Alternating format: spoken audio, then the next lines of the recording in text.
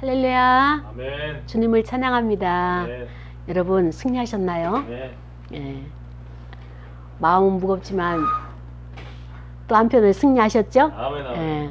예배 자리에 나온다는 것은 이미 승리를 하셨습니다. 네. 자, 오늘 말씀은 누구의 것이라고 하는 말씀, 제 제목 가지고 말씀을 상고하기를 원합니다. 누구의 것, 누구의 것? 누구의 것, 누구의 것? 누구의 것, 내 것. 누구의 것, 내 것. 주님의 것이죠. 예. 아버지. 예. 자, 정말 내 신앙의 고백이 주님 것입니다 라고 고백할 수 있는 이 시간 되기를 원합니다. 네. 목회를 하다 보면은 성도들을 여러 다방면에 여러 성도들을 만나게 되죠.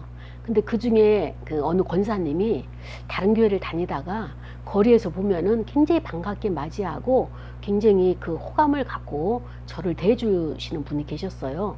그래서 아, 저분이 참 신앙생활을 참 잘하고 계시는구나. 그리고 어디를 가더라도 인사성 밝게 이렇게 아는 척을 해주고, 그래서 저도 반가웠죠. 근데 어느 날 그분이 그 교회를 그만둔 거예요. 그래서 그 교회를 그만두고 우리 교회에 나오기 시작을 했어요.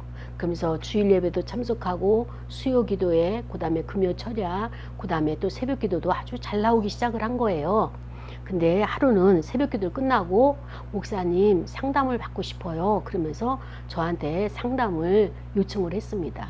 그래서 그 상담을 요청한 것을 보니까 그 상담이 뭐였는가 하면 자기 남편이 그 옷 장사를 안 되는 거예요. 근데 이 옷 장사가 그 도매로 옷을 그 떼어다가 그렇게 이제 자판해서 그거를 상가에서 이렇게 파는데 그게 굉장히 마진이 좋다는 거예요. 그 루트를 잘 알기 때문에. 그래서 회원 상가에서 그걸 했는데 너무나 이게 장사가 잘 돼가지고 돈을 많이 벌었는데 그 임대 기간이 만료가 돼가지고 거기를 나올 수밖에 없어서 지금 너무나 그 안타깝다. 그러면서 이제 이야기하기를 500만 원만 있으면 그 옷을 사가지고 이렇게 하게 되면 마진이 좋기 때문에 그 사업을 시작을 할 수 있다. 그래서 그 남편에게 500만 원을 좀 이렇게 해줄 수 있느냐? 목사한테 빌리는 거네. 예, 그 요청을 하는 거예요. 그러면서 만약에 그걸 허락해 주신다면, 빌려만 주신다면 제가 주일날 목사님 음식 만드는 거 힘들지 않습니까? 청소하는 거 힘들지 않습니까? 제가 반찬도 다 해가지고 올 것이고 청소도 같이 해줄 것이고, 그러면서 이것도 하고 저것도 하고 봉사도 하고 그런 것들을 전도도 하고 이런 것들을 다 나열을 하는 거예요. 그랬을 때 제가 500만 원을 빌려 줬을까요? 돈이 없죠. 돈도 없지만 그 방법이 그를 도와주는 방법이 아니기 때문에 줄 수가 없는 거예요. 돈이 없어서가 아니라 그 방법으로 문제가 해결이 안 되기 때문에 그에게 저는 어떻게 합니까? 바른 길을 제시해야 되는 거예요. 그래서 권사님의 마음과 권사님의 그 가족들의 그 입장은 내가 충분히 이해를 한다. 얼마나 다급하고 힘들었으면 가난한 목사인 저에게 와서 그 500만 원을 요구를 했겠느냐.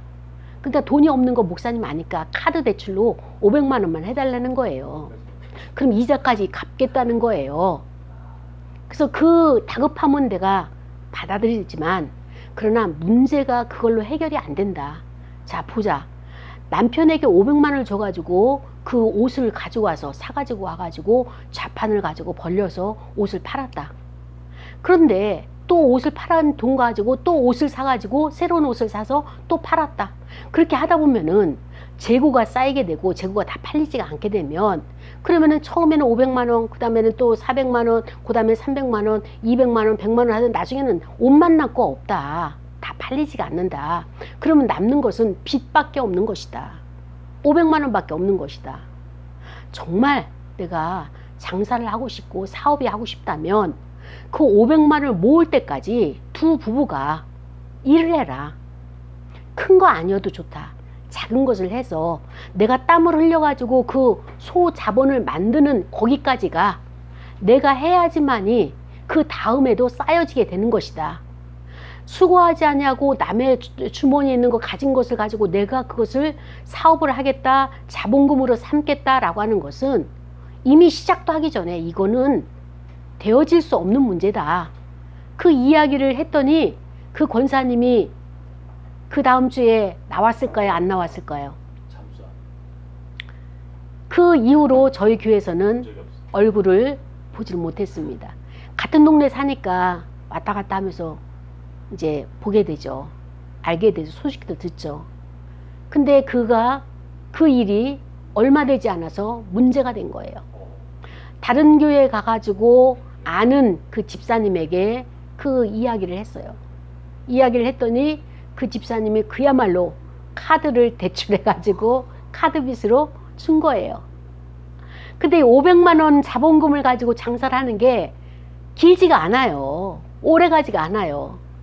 금방 원금은 없어지고 자본금은 없어지고 다시 그 부부는 가정으로 돌아오는 그렇게 된 거예요. 이제 처음에는 이자만 갚아줬어요. 카드 이자. 근데 그것까지도 갚지를 못하는 거예요. 그러니까는 그 빌려준 사람이 이제 빚독촉을 하는 거예요. 이 집은 끼니 간 데도 없죠. 빚독촉을 받으니 이자도 못 내주죠. 그러니까는 이 빌려준 집사님은 원금의 이자까지 다 떠안게 돼서 그 문제를 가지고 목사님을 찾아온 거예요. 상담 좀 해달라고. 그러니 그것을 처음부터 시작을 하지 말았어야 될 걸 목사에게 먹히지 않는다고 해서 평신도에 가가지고 그렇게 일을 시작한 거 해결이 안 되는 거예요. 우리가 살아가는 세상에서 우리가 살아가는 인간관계에서 문제는 항상 발생이 돼요. 사건은 항상 있어요. 그런데 해결할 수 있는 방향이 있고 해결이 안 되는 방향이 있는 거예요. 근데 해결이 안 되는 방향을 사람들은 선호하고 그것이 해결책인 것처럼 거기에 미혹을 당해가지고 자꾸 그 방향으로 가는데 그 방향은 아니라고요. 아니기 때문에 하나는 매듭진 것 같은데 그 다음에는 두 개, 세 개가 더 큰 문제들이 토사리고 있는 거예요. 그러니까 우리는 그것을 볼 수 있는 안목이 열려져 있어야 돼요. 이게 통찰력이에요. 하나님이 주신, 성령께서 우리에게 주시는 통찰력이 있게 되면 우리는 아무리 지금 당장 좋아도 그 길을 가지 않는 거예요. 지금 하나님이 준비해 놓으신 그 길은 겉으로 보기에는 별로 신통치 않아 보여요. 그리고 또 힘들어 보여요. 그리고 내가 해야 되는 것 같아서 부담스러워요. 그러나 그 부담스러운 길을 내가 선택만 하면 그때부터 하나님이 이끌어 가신다는 거예요. 요게 비밀인데 많은 사람들이 그것을 모르고 처음에 그럴듯한 미혹된 쉽게 문제를 해결할 수 있는 당장 누군가 500만 원을 주게 되면 그 사람에게 있어서는 돈 빌려주는 500만 원 그 사람이 하나님이에요. 하나님은 여러분 돈이 항상 필요하죠. 저도 항상 필요해요. 근데 하늘에서 500만 원 딱 떨어지는 게 아니에요. 5천만 원이 딱 떨어지는 게 아니에요. 그 길은 아무리 좋아 보여도 하나님이 우리에게 주시는 방법이 아니라는 거예요. 근데 우리는 누가 5억 있어. 근데 5천만 원까지 빌려줄 수 있대. 그러면 그 사람을 또 따라가게 되죠. 추종하게 되죠. 하나님께서 우리에게 문제를 해결할 수 있는 문제 해결 방법은요. 처음에는 우리가 하나님 앞에 나아가는 거예요. 하나님을 찾는가 찾지 않는가 그걸 보시는 거예요. 그리고 하나님께서 우리의 마음을 움직여 놓으시는 거예요. 이게 비밀이에요. 오늘 말씀을 통하여서 그 비밀이 어떻게 일상생활에서 우리가 살아가는 세상의 현실에서 그 비밀이 풀어지고 그 비밀이 잠기는지 그것을 깨닫기를 원합니다. 저의 문제이기도 하고 여러분의 문제이기도 하고 우리가 만나는 사람의 모든 사람들의 현실의 문제이기도 한 그 말씀이 오늘 본문에 나와 있어요. 예수님께서 이제 많은 사람들에게 진리의 말씀을 선포를 하시죠. 병든 자는 병을 고쳐주고 그 다음에 또 죽은 자는 살리기도 하시는데 생명을 살리는 이 사역을 하시는데 현세에 살아가는 많은 사람들의 문제가 뭔가 하면은 현실의 문제에 이 너무나 많이 고통을 당하고 있는 거예요.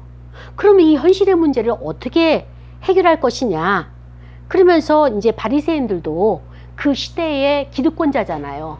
돈도 많죠. 인기도 있죠. 그 사람들에게 존경도 받죠. 어느 것 하나 부족함이 없는 사람들임에도 불구하고 늘 마음속에 죄의 문제를 가지고 있어요. 죄의 문제를 가지고 있기 때문에 이 문제가 해결이 안 돼서 누구를 찾아왔느냐? 메시아를 찾아오잖아요. 니고데모도 찾아왔고, 그 다음에 아리마대 요셉도 찾아오고, 많은 이제 그 바리새인들이 예수님을 찾아오잖아요. 왜? 영생에 대한 문제를 어떻게 해결할 것이냐? 그 문제를 해결을 받기 위해서 예수님을 찾아온단 말이죠. 그런데 자 보십시오. 저와 여러분이 지금 짊어지고 있는 죄의 무게, 마음의 책임감의 무게, 여러 가지 삶의 무게가 있어요. 그렇죠? 그 무게가 무거울까요? 아니면은 성경에 나오는 바리새인들의 짊어지고 다니는 그 무게가 무거울까요?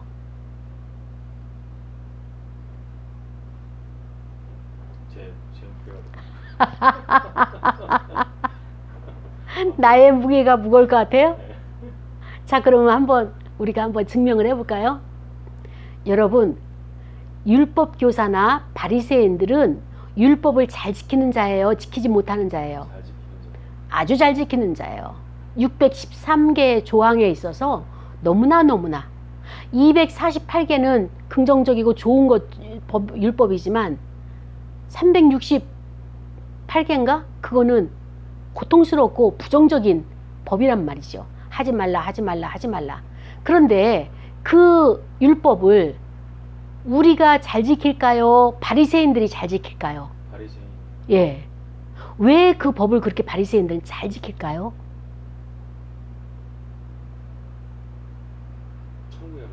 천국에 가려고. 그렇죠.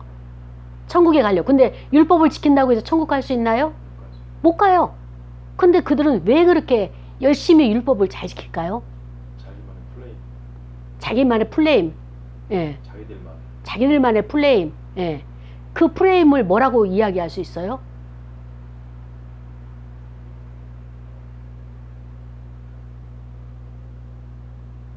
내가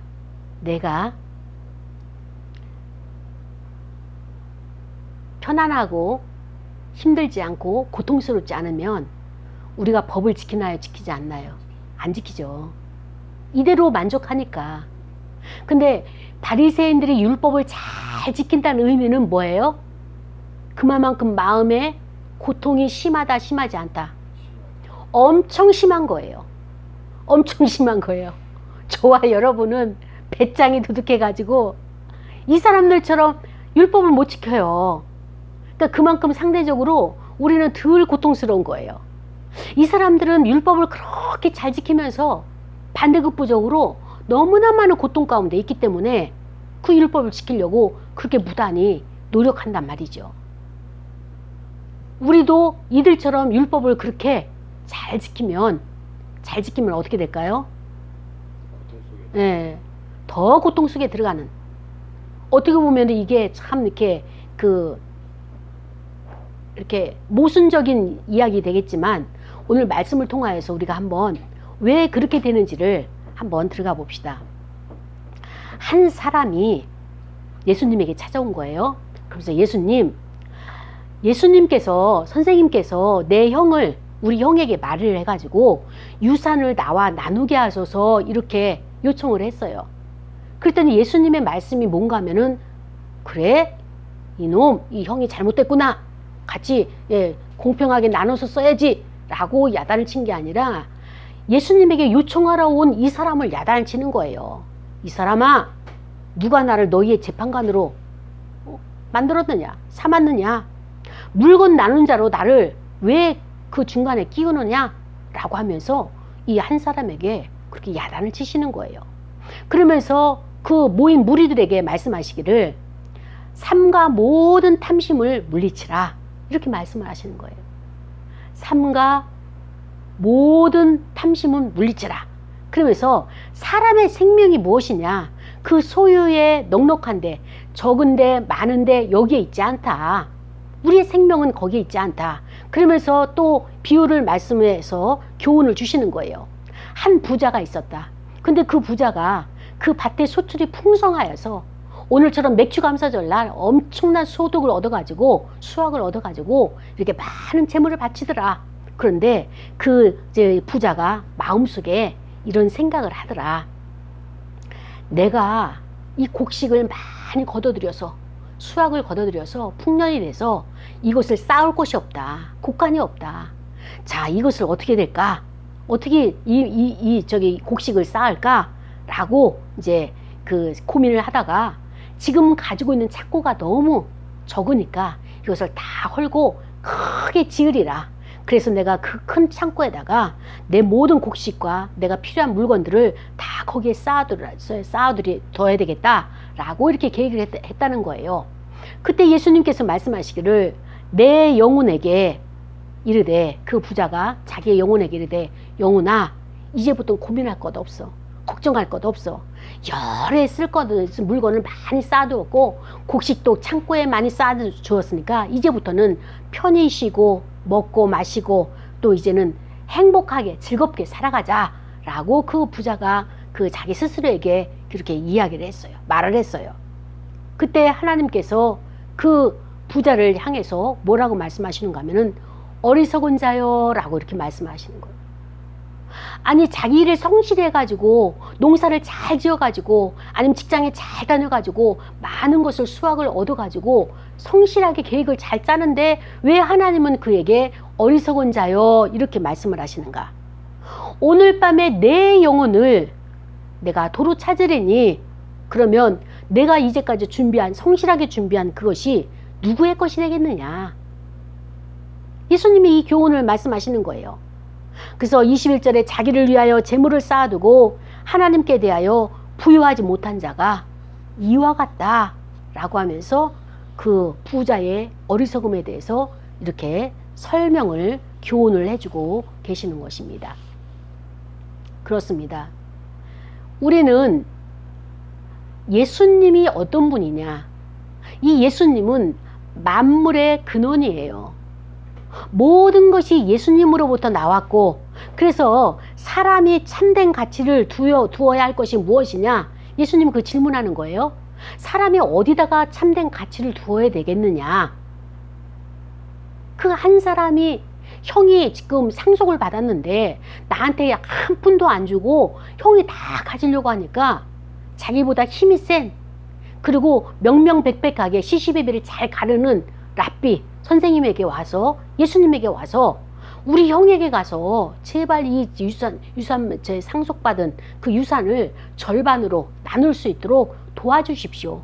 말씀 좀 한 말씀만 해주십시오 라고 지금 요청을 했단 말이죠.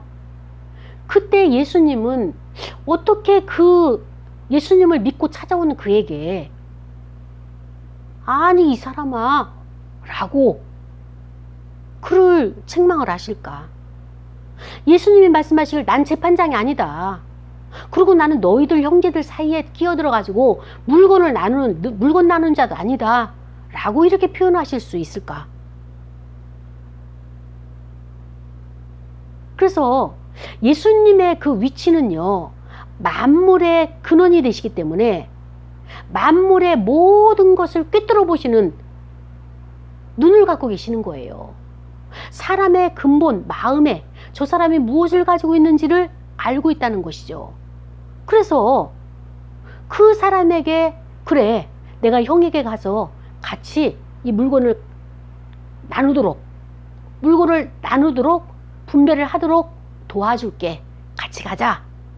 삭개오야, 내가 너희 집에 들어가야 되겠다. 말씀하시는 것처럼 한 사람에게 내가 너의 형에게 너희 집에 가서 이것을 내가 나눠주겠다. 이렇게 말씀하지 아니하시고 그 한 사람에게 가지고 있는 그 마음의 심령을 보니까 너가 가지고 있는 것은 탐욕이다 라고 이렇게 지적을 하시는 거예요. 왜 예수님은 상속받은 것 한 푼도 못 받아서 속상한 그에게 그걸 탐욕으로 비유를 하셨을까요? 아니 형이 나에게 상속 준 것도 상속을 안 줘서 속상하고 억울한데 믿었던 그 선생님 랍비 예수님에게서조차도 너는 지금 탐욕을 부리고 있는 것이다 라고 지금 지적을 당하고 있는 이 한 사람. 예수님은 왜 그에게 그렇게 가혹하게 말씀을 하실까요? 우선순위가 잘못됐어요. 아, 우선순위가 잘못됐군요. 어떤 우선순위가 잘못됐을까요?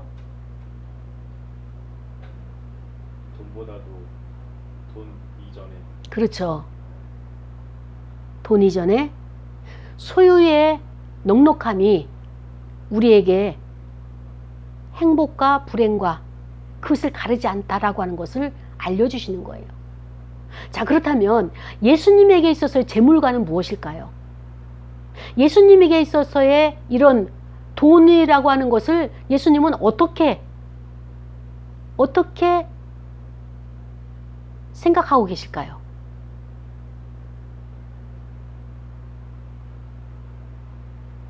예수님은 하나님으로부터 이 재물의 축복을 받게 되면, 하나님으로부터 공급을 받게 되면 이것을 어디다 쌓아두라고 그랬죠? 국간에 예, 하늘 곳간에, 하나님 나라에 그 곳간에 쌓아두라고 말씀하셨어요.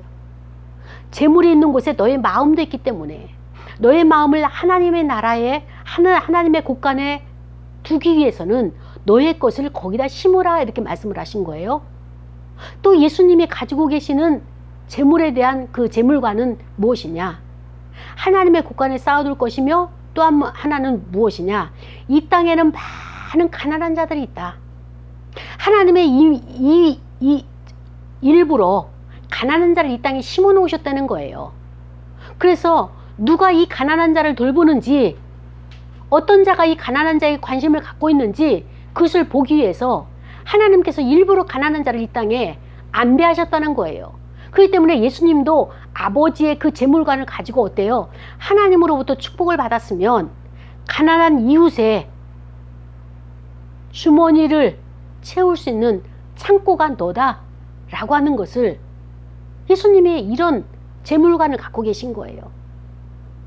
그렇다면 이 한 사람에게 있어서 예수님에게 찾아와서 예수님, 형이 나에게 상속을 주지 않으려고 합니다. 주지 않습니다. 라고 하는 여기에 마음이 매일 필요가 있을까요? 없을까요? 없습니다. 예, 형이 주면은 갖는 거예요. 그런데 주지 않는다 할지라도 그것은 그가 하나님 나라에, 하나님의 창고에 그를 바치거나 아니면 가난한 자에게 나눠주지 않게 되면 그 돈을 어떻게 합니까? 그에게서 빼앗겨서 다른 곳으로 이동하는 거예요. 지금 예수님은 이 한 사람에 대한 생각, 사고에 대해서 지금 지적을 하고 계시는 겁니다. 하나님의 나라는 먹고 마시는 것에 있는 것이 아니라 희락과 사랑과 하나님의 의, 거기에 있는 것이 하나님의 나라라고 말씀하신 사도 바울의 말씀처럼 하나님은 먹을 것과 입을 것이 있으면 족한 줄 알아라. 디모데전서 6장 8절에 그렇게 사도 바울을 통하여서 또 말씀하고 계신 것이 하나님의 뜻이에요. 그래서 부자가 되려고 애쓰기보다는 부자가 되기 위해서 애를 쓰다 보면 어떻게 됩니까? 죄를 짓게 되는 거예요. 죄를 짓게 되게 되면 어떻게 합니까? 부자 되기 전에 나는 이미 죄인이 되어서 죄의 무게에 눌려가지고 고통 속에 살아간단 말이죠. 그래서 돈을 사랑하는 것이 오죽했으면은 일만하게 뿌리가 된다라고 말씀을 하셨죠. 여러분, 우리에게 있어서 돈이 중요합니까? 아니면 생명이 중요합니까? 생명. 예, 분명히 생명이죠. 돈보다 생명이죠. 그렇죠? 자, 그러면 우리 지난 한 주간을 돌아봅니다. 나는 생명을 보존하기 위해서 얼마나 많은 시간을 거기다가 할애를 했나요? 나는 돈을 구하기 위해서 얼마나 많은 시간을, 돈을 구하는 데 시간을 보냈나요? 우리가 말로는 생명이라고 하면서도 생명에 내가 정성을 쏟고 시간을 할애하는 것은 짧고, 돈을 구하는 데는 많은 시간과 생각이 거기에 매어져 있었고 투자를 했다고 하는 것을 우리가 인정할 수밖에 없어요. 현실이 그걸 요구해요. 하루에 8시간 일을 해야 된다고 하지만은 8시간 이상을 우리는 거기에 투자를 해야 돼요. 일만 한다고 그 시간을 때우는 것이 아니라 기획을 해야 되고, 또 계획을 짜야 되고, 그 설계가 잘못됐을 때는 또 수정도 해야 되고, 또 그것을 또 일을 현실에서 부딪혀 가지고 그 현실성에서 수확을 할 수 있는 것인가, 그것을 돈을 내가 만들어낼 수, 창조해낼 수 있는 아이디어인가, 그 아이디어가 아니고 내 노동력이, 생산력이 없으면 나는 또 궤도를 또 수정을 해야 돼요. 점검도 해야 돼요. 이런 걸 보면서 우리는 얼마나 많은 것을, 많은 에너지와 시간을, 재물을 구하는데 쓰고 있는가를 우리가 점검을 해보는 시간이 되기를 원합니다. 자, 생명의 주인은 우리는 하나님이시다라고 하는 것을 우리는 누구나가 인정을 해요. 근데 그 하나님이 주시는, 공급하시는 그 재물을 내가 잊어버리고 이 재물이 내 생명을 유지시키기 위해서 필요하다라고 생각하는 거예요. 나는 지금 먹고 살기, 일용할 양식이 필요해. 그래서 돈이 있어야 돼. 나는 지금 내 사회적인 위치, 또 인간과의 관계, 또 사람들에게 보여지는 이 모든 것들, 이거를 유지시키기 위해서, 인맥을 유지하기 위해서, 사회성을 유지하기 위해서 나는 세상 사람들이 하는 것만큼 치장을 해야 되기 때문에 유지비가, 품위 유지비가 필요해. 하나님이 공급자이기 때문에 하나님이 나의 생명을 유지시켜주고 보존시켜 주시는데, 돈이 있어야지 내 생명이 유지가 되고, 돈이 있어야지 품위가 유지가 되는 것으로 착각하고 살아가는 것이 우리의 지금 생각이라는 거죠. 하나님의 뜻과는 정반대의 생각을 우리는 하고 살아가기 때문에 우리 현실에서 문제가 풀리지 않는 겁니다. 제가 늘 주장하는 것 중에 하나가 무엇인가 하면은, 우리가 현실에서 내 욕구가 채워지지 않게 되면 감정이 올라와요. 그 감정이 뭐죠? 혈기. 예, 혈기인데 내 안에 욕구가 충족되지 않아서, 욕구가 충족되지 않아서 나오는 화예요. 분노예요. 나는 왜 이렇게 돈이 없냐? 왜 나는 맨날 이렇게 치질이냐? 왜 우리 집은 이렇게 가난하냐? 이런 생각만 하면은 저 사람들은 돈 많은 사람들이고, 상대적으로 나는 돈이 없고 결핍이 되고 부족하고, 맨날 부족한 나를 보면서 짜증이 나는 거예요. 짜증나고 화가 나고 분노가 일어나고, 이 모든 것들은 뭐예요? 감정이란 말이죠. 근데 이 감정은 우리에게 참 고마운 거예요. 왜 고마우냐? 나에게 정보를 주는 거예요. 아, 내가 지금 짜증이 났구나. 내가 지금 화가 났구나. 그냥 막 벽을 쳐부시고 싶을 정도로 내가 지금 화가 났구나. 왜? 풀어야 될 문제가 있는데 풀리지가 않으니까. 이 문제를 반드시 풀어야 되는데 해결이 안 되는 거예요. 해결을 못하는 이 나의 능력 없음에 화가 나고, 현실적으로 이 불공평함에 화가 나고, 이럴 때 하나님은 무엇을 하시는가? 그 하나님이 능력 없어 보이는 것에 나의 믿음 없음에 화가 나고, 이래저래 화가 나가지고 하나의 화가 여러 가지 화를 갖다가 끌고 오는 거예요. 자, 여러분, 이래도 이 감정이 나에게 정보를 주는 겁니까? 이것을 우리가 잘 하나님의 각도로 보게 되면 이 감정은 나에게 많은 정보를 주는 거예요. 근데 하나님의 각도가 아닌 하나님의 관점으로 이것을 보지 않게 되면 어떻게 돼요? 이 감정은 나에게 점점 커져가지고 폭발이 돼가지고 나에게 미사일이 되는 거예요. 그래서 감정이 내 마음에서 확 폭발되면서 내 안에서 제어가 안 되면 어떻게 됩니까? 파편이 다른 사람에게 퍼지는 거예요. 파편이 다른 사람에게 퍼져가지고 수습할 수 없는 더 큰 문제를 일으키게 되는 것이 감정이란 말이죠. 자, 그러면은 보세요. 이 한 사람이 예수님에게 찾아와가지고 좀 상속을 좀 받기를 원해서 찾아왔는데 예수님이 이 사람아 그러면서 어떻게 나를 재판장으로 보느냐. 너는 나를 메시아고 하나님의 아들로 왔는데 나를 메시아급으로 보지 않고 재판장급으로 보느냐? 이 땅에 한 개의 그 판사급으로 나를 보고 있느냐? 그리고 어떻게 너희 가정에 그 이렇게 물건 나누는 자로 나를 그렇게 취급하느냐? 이런 이야기를 예수님으로 들었을 때 이 한 사람의 마음은 어땠을까요? 감정이 어땠을까요? 올라왔어요. 예. 말은 안 했지만 메시아 맞아. 아니 어떻게 다른 사람들은 문제 해결도 잘 받았고 그 다음에 또 죽은 자도 저기 그 생명도 살림받고 또 병도 고침받고 많은 수혜를 얻었다고 하는데 많은 그 혜택을 받았다고 하는데 왜 나는 진짜 받을 수 있는 이것까지도 해결 못 해주는 그분이 메시아 맞아? 라고 하는 그런 감정들이 왜 안 올라왔겠어요? 사람이 감정이 올라오는 거는 나는 이 문제를 해결해야 돼 라고 하는 생각에 테두리가 있는 거예요. 근데 이 한 사람은 상속을 꼭 받아야 되는데 형한테 몽땅 줄 수가 없어. 이것을 받아야 되는데 이것을 받으려고 자기 생각에는 상속을 50%를 받아야 된다라고 하는 아니면 10분의 1만이라도 받아야 된다라고 하는 생각을 가지고 왔어요. 그 생각의 테두리, 프레임을 가지고 왔는데 예수님은 그 한 사람에게 여지없이 그가 가지고 있는 프레임을 깨트리시는 거예요.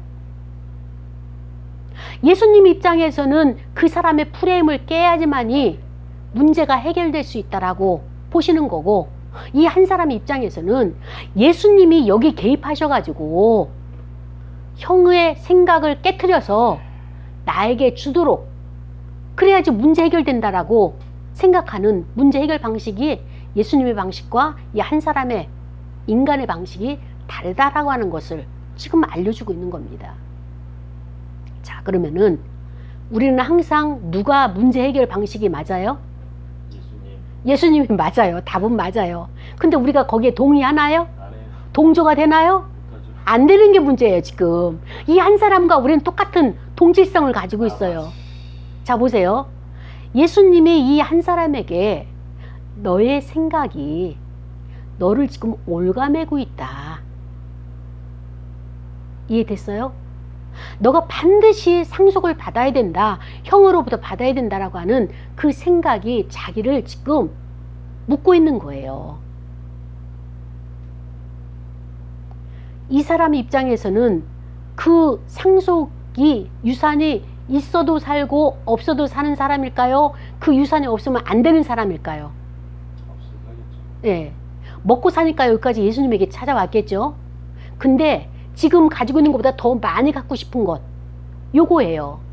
그리고 부모로부터 상속받은 것을 전적으로 형에게만 줄 수 없다. 왜? 자존심 상한다. 형의 것 나 절반을 가져야 되고 아니면 일부라도 가져야 되겠다 라고 하는 플러스 알파를 더해야 되겠다라고 하는 그 사고 요걸 예수님이 보신 거예요. 그러면서 너가 가지고 있는 그 생각이 탐심이다. 너가 가지고 있는 그 프레임이 탐심이다 라고 지적을 해주신 거예요. 자, 여러분, 예수님께서 전능하신 하나님의 아들, 창조주, 구속주 그분께서 내 안에 있는 문제를 딱 집어내신 거예요. 그럼 우린 기뻐요? 기쁘지 않아요?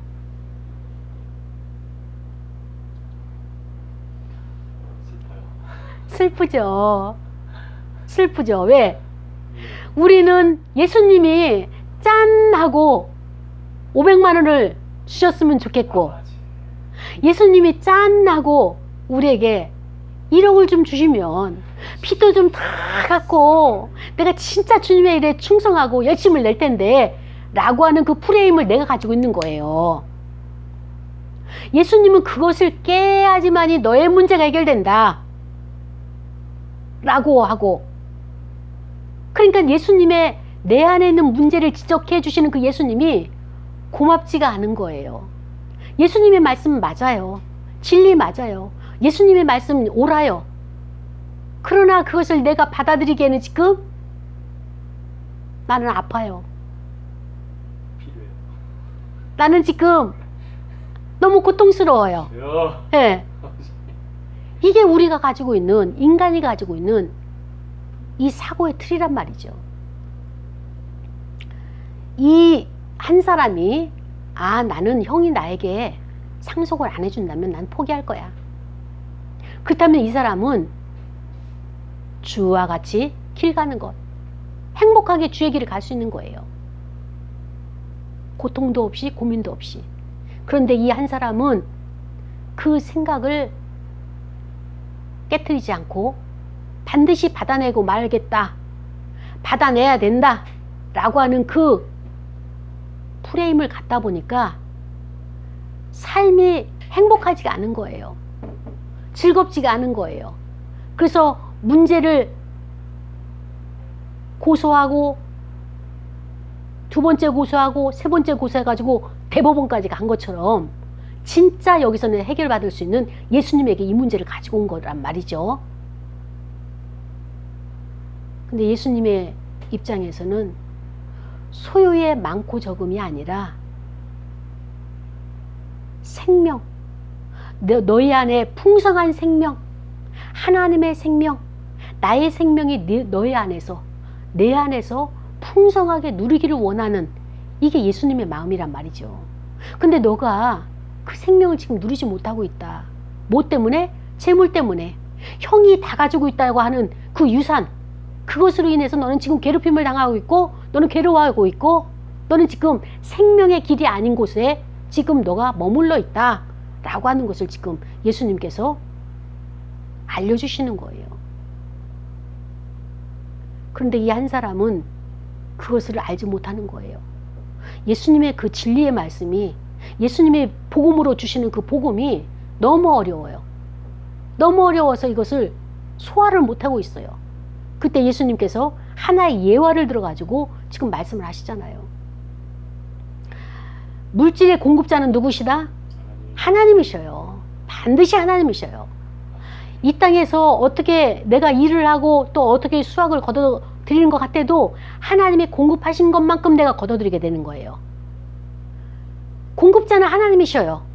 그런데 많은 사람들이 생각할 때, 올해 농사가 잘 됐으니까 창고가 적네. 그렇다면 어떻게? 당장에 이것을 계획을 변경을 해야지. 창고를 헐고, 옛날 거니까 헐고 크게 신식으로 최신으로 져가지고 내가 필요한 것을 거기다 다, 곡식뿐만 아니라 필요한 그 야채, 그 다음에 과일, 그 다음에 이 모든 것들을 다 넣고, 그러고 나서 내가 이제 평생에 그것을 내가 사용하면서 이제는 돈 때문에 걱정하지 않고, 내가 여기저기 꿇어다니지 않고, 내가 고생하지 않고, 힘들어하지 않고, 내가 편안하게 먹고 쉬고 자고 즐겁게 내가 이 땅을 살아가는 거야 라고 하는 생각을 이 부자가 갖자마자, 위에서 하나님께서 공급자가 딱 보시고 어떻게 했어요?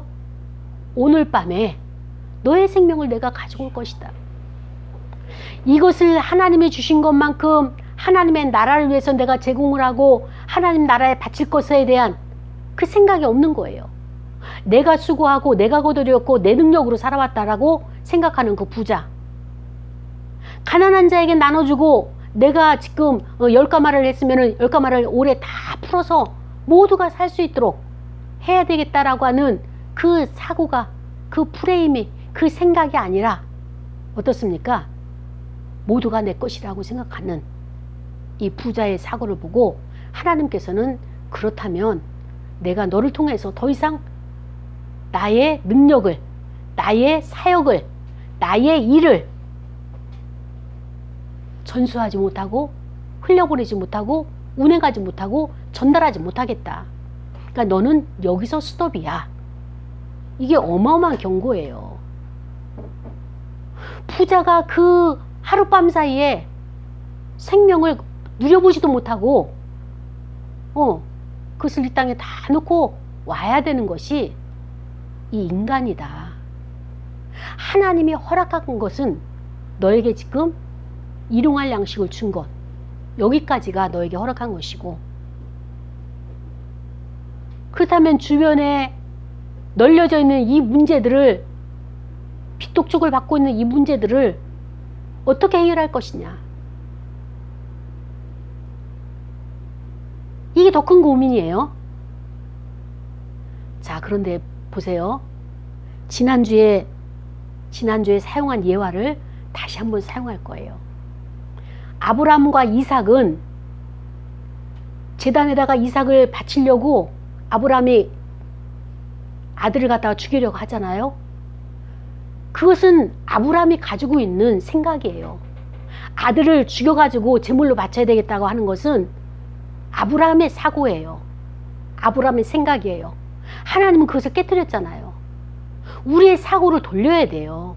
생각을 바뀌어야 돼요. 내가 꼭 돈을 벌어야 돼. 왜냐면은 이번 달에는 700만 원 있어야지 빚을 갚고 생활할 수 있거든. 그러니까 돈이 필요해. 700만 원을 벌어야 돼라고 하는 그 프레임, 생각이 나를 힘들게 하는 거예요. 그 생각을 내가 취하지 말아야 되는 거예요. 하나님이 공급자시기 때문에 나의 형편과 처지를 아시는 하나님이 나에게 공급하신다. 나에게 채우신다. 근데 나는 700만 원이라고 하는 틀을 딱 만들어 가지고 요것 가지고 지금 요것만 바라보고 있는 거예요. 근데 하나님이 700만 원을 딱 맞춰서 거기 역사하실까요? 일하실까요? 이거는 필요 없는 사고예요. 필요 없는 틀이에요. 요거를 깨트리라는 거예요. 하나님이 어떻게 일하실지 몰라요. 하나님이 일하시는 것을 기대하면서 사모해야 되는 거예요. 바라봐야 되는 거예요. 기다리는 거예요. 그게 믿음이에요. 믿음이 없는 것은 내가 계획을 짜가지고 하나님을 여기에다가 700만 원 속에 내가 자꾸 구겨서 누우려고 하는 것이 이게 믿음 없는 행동이에요. 하나님은 700만 원 속에 들어가지도 않으시고 700만 원이라고 하는 그 틀을, 생각을 깨트리기 원하는 겁니다. 현실이 여러분에게 700만 원이 없어서 힘들게 하는 이 현실이 누가 가지고 온 걸까요?